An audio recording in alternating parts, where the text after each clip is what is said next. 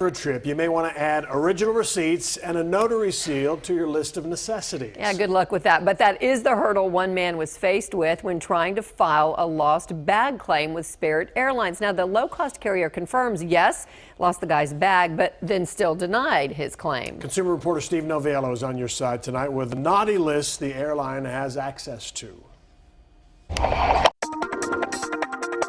Hundreds of millions of bags are successfully handled by airlines each year.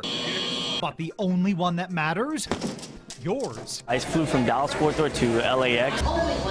Mickey Patel flew Spirit Airlines to California. He made it. His checked bag, which he intended to carry on, did not. When I arrived at the gate, I was advised that you're going to have to check in one bag. Inside, among his clothes, precious family memorabilia he was carrying to the coast for a dying family member. My understanding was that I've got a claim. They're going to find my bag. Hopefully they'll get it to me as quickly and soon as possible.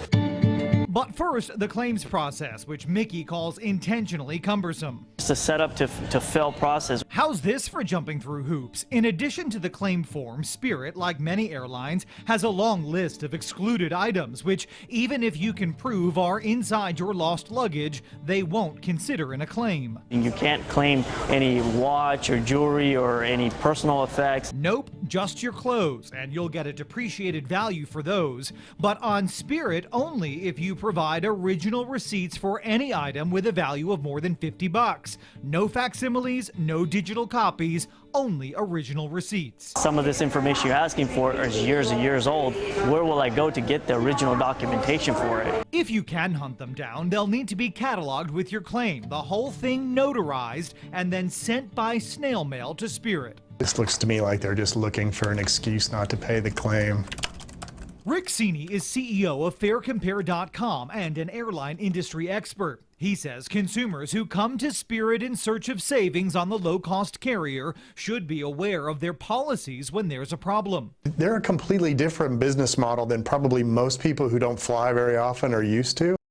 Part of that model is their penchant for employing as few people as possible. If Spirit had its way, there wouldn't be any humans involved in the process at all. Mickey says that made the claims process painful when he requested what he thought was a pretty standard service. A phone contact so that I can address my questions on the phone with the representative one-to-one, and I was just advised that's not possible. A spokesperson for Spirit Airlines confirms Mickey did check a bag and it was lost. But even after filling out the claim form, digging up original documents, noting exclusions, and mailing it in with a notary stamp, his claim was denied. Listen to this. They believe that I have a different claim or have had a different claim, which is news to me. I've never flown with Spirit but twice.